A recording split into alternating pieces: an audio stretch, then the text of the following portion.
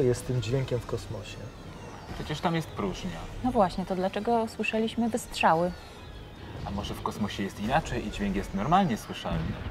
Myślę, że jako eksperymentatorzy powinniśmy to sprawdzić. Ale tym razem myślę, że nie ma co nawet wychodzić z laboratorium. Chyba że zadzwoni do nas SpaceX. SpaceX. X.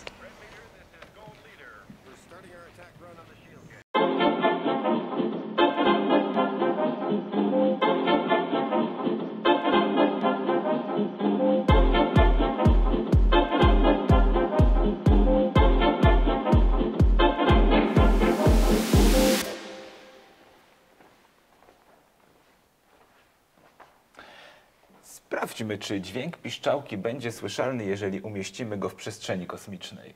Ale jak zamierzasz to zrobić?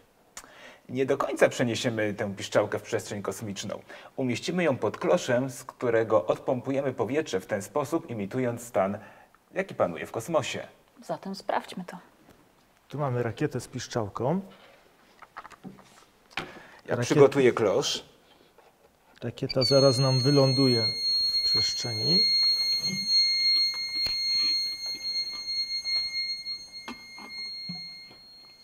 Na razie słyszę. Słyszę. Uruchamiam pompę.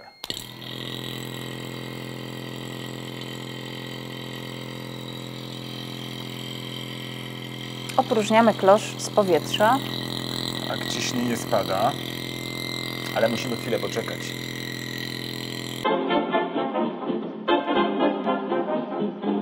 I chyba lepiej już nie będzie. Czyli uzyskaliśmy tu pod kloszem próżnię, warunki takie, jakie są w przestrzeni kosmicznej. Właściwie tak, ilość powietrza, która tam pozostała, jest naprawdę niewielka. I staram się usłyszeć, ale ja dzwonka nie słyszę. Ale światło wciąż widać. Rzeczywiście dźwięku nie słychać. A światło widać.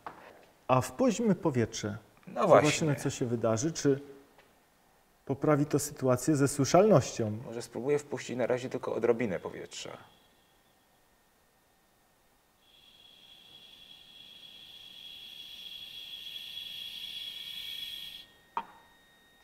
Już Coś- delikatnie słychać. Coś słychać. Ja też słyszę.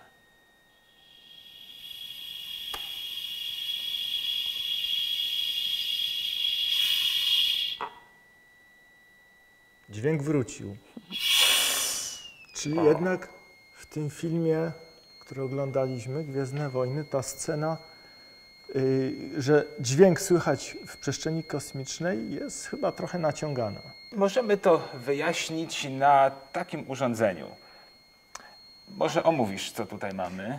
Czy tak, tu mamy generator, tu mamy... Właśnie. Wróćmy na ziemię. Tu mamy generator, tutaj mamy układ z kulkami. To będzie nasz ośrodek. Czyli teraz w naszym ośrodku z powietrzem kulki zderzają się między sobą. Dźwięk może się przemieszczać, rozchodzić, ponieważ przekazuje... Jest. Do tego momentu, tutaj do góry naszego układu, spokojnie przekazywane są drgania od dołu. Ale co będzie w momencie, kiedy usuniemy cząsteczki powietrza? Czyli tu mam taki drugi układ przygotowany. To będzie nasza próżnia. Prawie doskonała. Zostały tylko dwie Zobaczmy, kuleczki. czy tutaj dźwięk ma szansę rozchodzić się w tym ośrodku.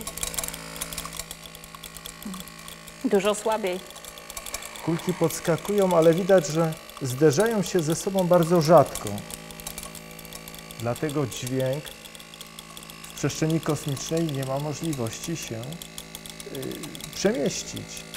Tak jest, a zatem rzeczywiście w filmie, który oglądaliśmy, nie pokazano faktycznie, jak fizyka działa. Dźwięku w przestrzeni kosmicznej nie słychać, ale jest światło widać. Więc jak to jest jednak z tym światłem jeszcze dodatkowo? Dźwięk jako fala mechaniczna potrzebuje ośrodek, żeby się rozchodzić, tak jak obserwowaliśmy tutaj w naszym układzie. Światło, które jest falą elektromagnetyczną, nie potrzebuje takiego ośrodka, żeby się rozchodzić i może rozchodzić się w próżni, co wynika z równań Maxwella. Ale nie będziemy, myślę, więcej mówić o tym. Może umieścimy tylko jedną planszę, jakąś taką przebitkę, jedną klatkę w naszym filmie z tymi wzorami. Dla tych, którzy nie mają alergii na wzory. Ale słuchajcie, filmy teraz coraz bardziej są realistyczne.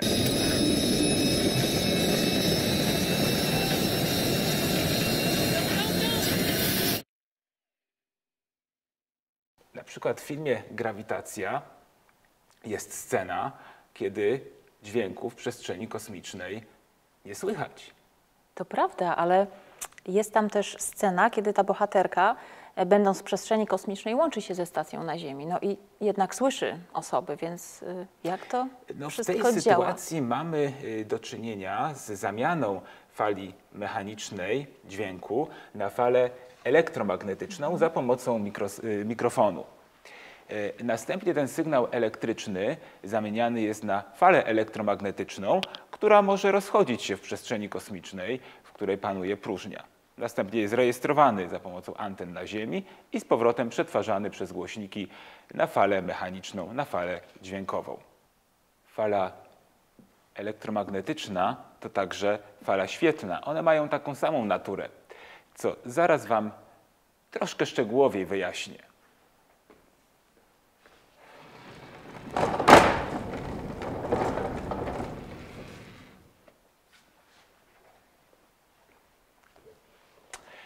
Fala elektromagnetyczna to zarówno sygnał fali radiowej, jak i światło.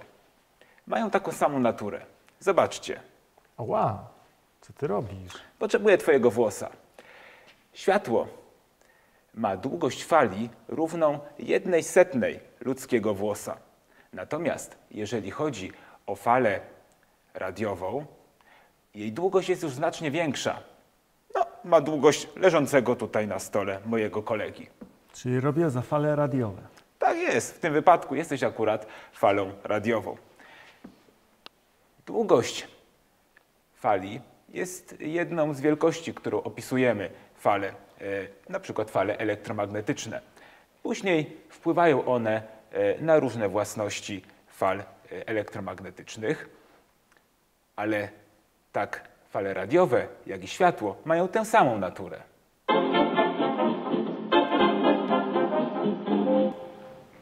To był spektakularny wybuch.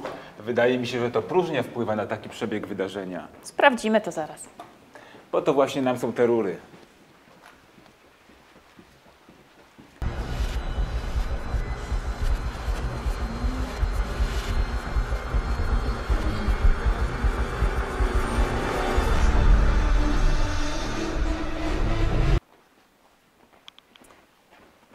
Dobrze, w tych rurach będziemy symulować warunki przestrzeni kosmicznej. Ale zanim przeniesiemy się w przestrzeń kosmiczną, sprawdźmy, jak taka eksplozja mogłaby nastąpić w warunkach ziemskiego ciśnienia atmosferycznego. W rurze umieszczę tylko taki pręt, który będzie inicjatorem wybuchu. Dobrze, to my przygotujemy naszą stację kosmiczną. Dobrze. Do stacji dajemy jogurt. Dobra.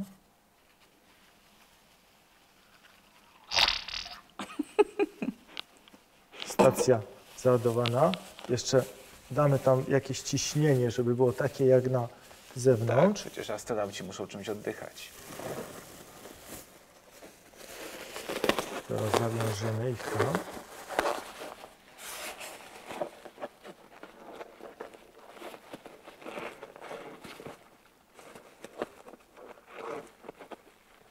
Dobra. Czyli tu mamy naszą stację kosmiczną. No, przekażcie mi ją, proszę. Dobrze. No i zobaczmy, jak taka katastrofa może przebiegać. No nie było jakiejś eksplozji takiej jak na filmie, że rozerwało wszystko. No nie, Nie ma różnicy ciśnień. Nie ma różnicy ciśnień. to pewnie dlatego. No dobrze, no to zróbmy to samo w przestrzeni kosmicznej. A więc jednak przenosimy się w kosmos. Jednak przenosimy. To będzie nasza stacja. Tu już mamy przygotowany balonik z naładowanym jogurtem. Tu kolor niebieski jogurtu. Będzie ciekawie. żeby się rozróżniało od białego O właśnie. w warunkach atmosferycznych. No to cóż, pozostaje nam zamontować i odessać powietrze, tak? Zwolnienie będzie za pomocą magnesu. A więc nasza stacja na razie unosi się przytrzymywana przez magnes. Podłączamy pompę. I odpalamy. Robimy próżnię. Tak jest.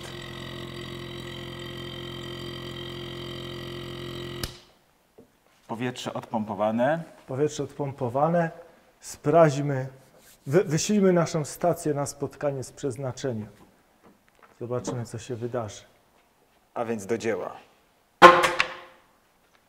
No tutaj poszło całkiem jak w filmie. Stacja eksplodowała Na wszystkie na strony. wszystkie strony.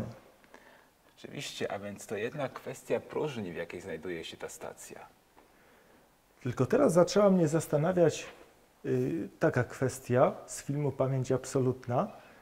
Przecież tam jak człowiek będzie w próżni bez skafandra, to też jest różnica ciśnień między człowiekiem a próżnią. Myślicie, że efekt może być aż tak dramatyczny? Sprawdźmy to. To też musimy sprawdzić. A więc do roboty.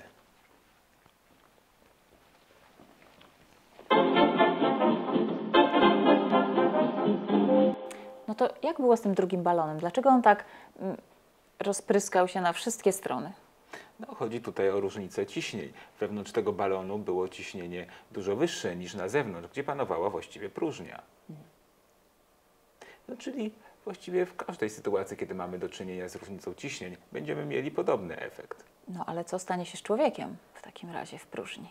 Czy też tak wybuchnie? No, musimy to sprawdzić. Ale użyjemy tutaj modelu. Myślę, że dobrym modelem będzie balonik. Okej. Proszę, masz balonik. I co teraz? Napełnię go powietrzem.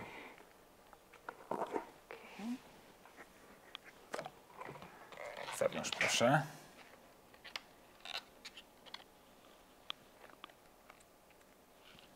Jest. No to co, możemy iść. Ale gdzie jest Sławek? No właśnie. Jestem, już No to tak, idę. my tu pracujemy, a ty się ciastkami obiadasz. Nie obiadam się ciastkiem, tylko zresztą sami zobaczycie. Chodźmy. Chodź.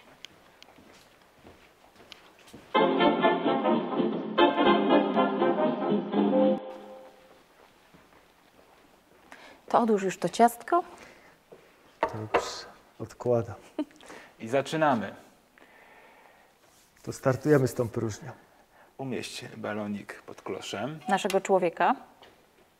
Jest.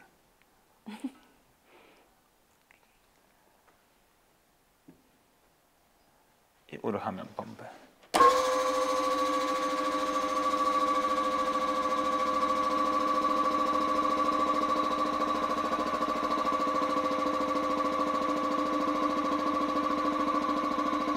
No, pęcznieje. Efekt rzeczywiście budzi grozę. Ale nie wiem, czy to jest możliwe. Chyba czegoś nie uwzględniliśmy. Człowiek przecież w ponad 60% składa się z wody. Właśnie, 60% wody, dodatkowo kości, mięśnie. Powietrza jest w sumie tyle, co w płucach, więc Myślę, że Ten- potrzebujemy inny model ten człowieka. model nie jest dokładny. Napełnijmy nasz balonik wodą. Zobaczymy.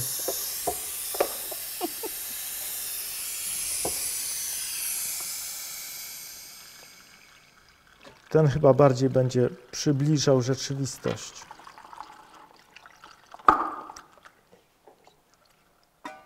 Dobra. Może jeszcze trochę dolejmy. No. Okej. Dobrze. Puść. Tak?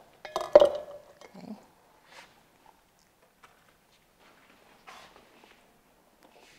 Myślę, że ten model bardziej będzie oddawał rzeczywistość. Pewnie. Jak on napuchnie, to Masz rację. będę przerażony. Ja również. Ale tam jest tylko woda. Dobrze. Zaczynamy. Ja proponuję, żebyśmy dla porównania umieścili ten poprzedni balonik również pod kloszem.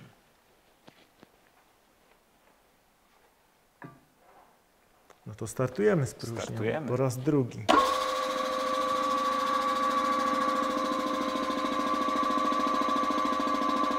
No już widać różnicę.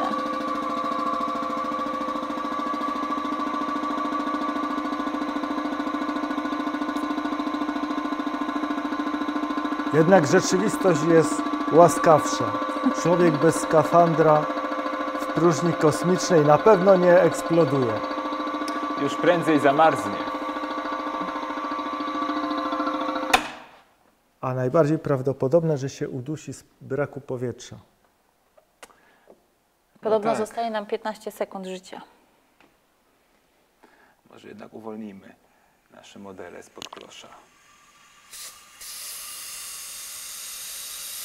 Czyli kolejny raz w niektórych filmach, tak jak w tej Pamięci Absolutnej wersji z Arnoldem, filmowcy z Hollywood troszkę popuścili wodzy fantazji. To jeszcze co z tym ciastkiem? Wiedziałem, że dzisiaj będą problemy z próżnią, zagadnienia z próżnią.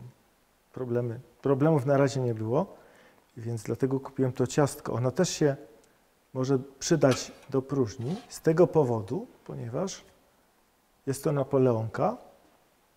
Ta masa jest tak stworzona, zrobiona, że tam jest dużo pęcherzyków powietrza. Więc z człowiekiem w próżni na szczęście efektu nie ma, ale myślę, że z tym ciastkiem może być efekt właśnie taki jak z balonem. Wydaje się, że gazu tam nie ma. No ale zobaczmy. Sprawdzamy.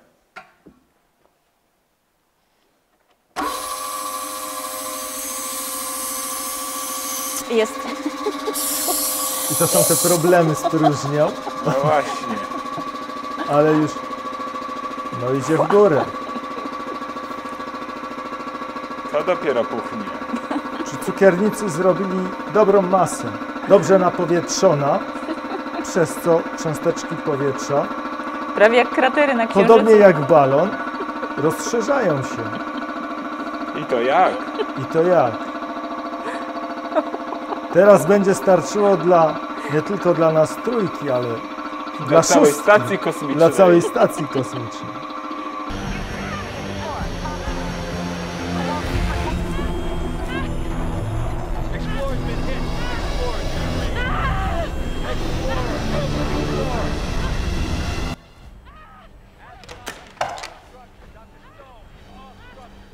Wszędzie was szukałem, a wy znowu w kinie? Powinieneś był się domyśleć.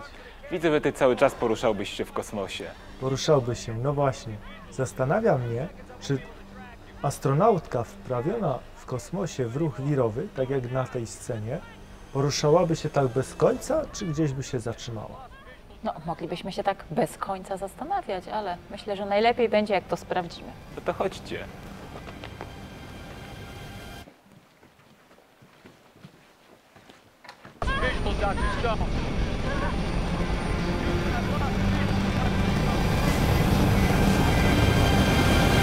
Spróbujmy przeanalizować tą scenę, wyłączając tarcie. Jak zamierzacie to zrobić? Użyjemy tego stołu powietrznego, na którym powstanie poduszka powietrzna, po której będą się poruszały nasze przedmioty. To będzie nasza stacja, a to nasza astronautka. Tylko na razie mamy tarcie, zmniejszmy je.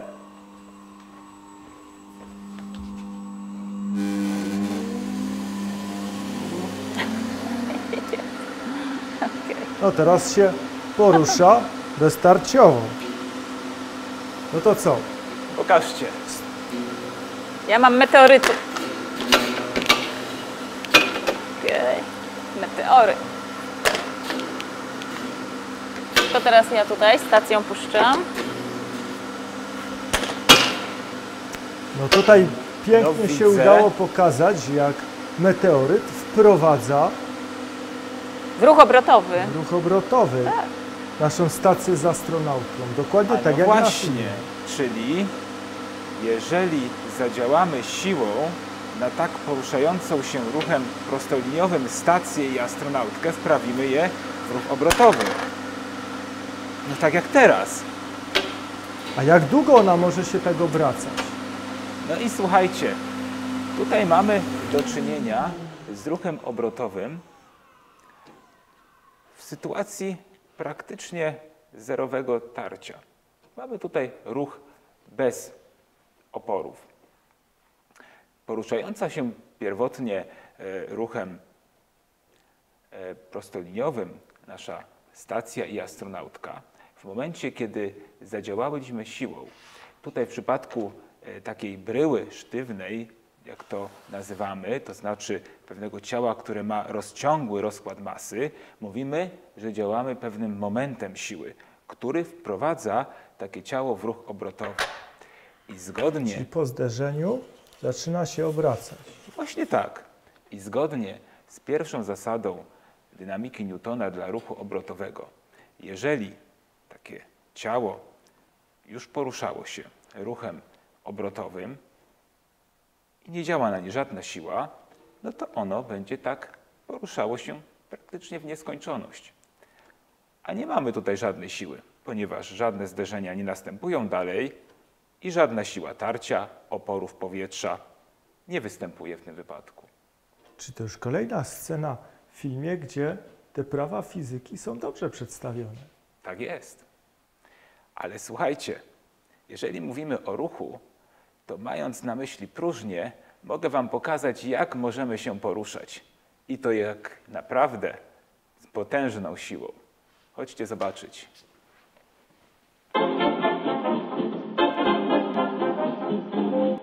Cóż to jest? To superkosmiczne działo próżniowe. A jak to działo działa? Popatrzcie. Mamy tutaj rurę, w której umieścimy nasz pocisk. Będzie to piłeczka tenisowa.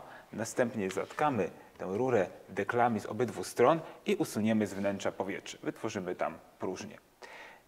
Następnie poprzez gwałtowne odepchanie jednego z dekli doprowadzimy do wystrzału. Powietrze atmosferyczne pod dużym ciśnieniem w stosunku do panującej wewnątrz próżni uderzy do wnętrza rury, wypcha piłeczkę ze środka, powodując wystrzał. Ale zanim wystrzelimy z działa, poproszę was, żebyście rzucili piłeczkami do tego czujnika siły. To ja może lepiej to ubiorę. A ja dokonam pomiaru. Okay. 7 newtonów. 12 newtonów. No to Całkiem zobaczmy, dobrze. jak to działo. Ale teraz popatrzcie na moje działo próżniowe.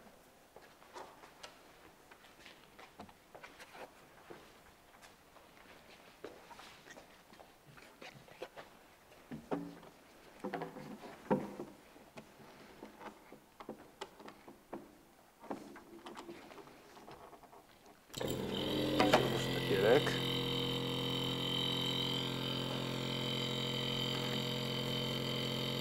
Czyli nasz czujnik jest już przygotowany.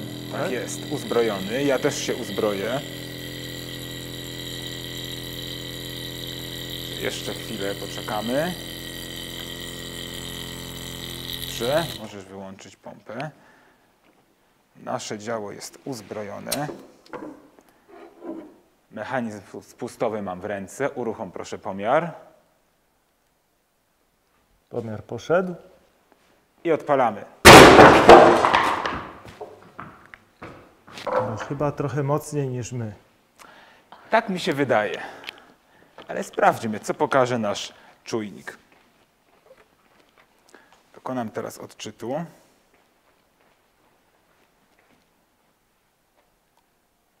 No niemożliwe, że aż tyle. Tak jest, 950 newtonów. Jest moc. To jest siła tego działa. Pamiętacie wasze wyniki? Skromnie. Przy tym dziale A zatem to wszystko na dzisiaj. Zapraszam na kolejny odcinek Fizyka na planie.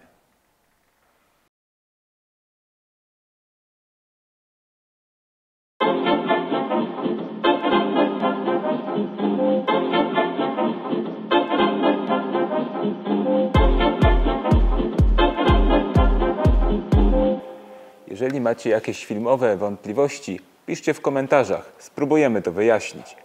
A dla wszystkich oglądających mam wiadomość. W następnym odcinku będzie pytanie i coś do wygrania. Taki mały fizyczno-filmowy konkurs.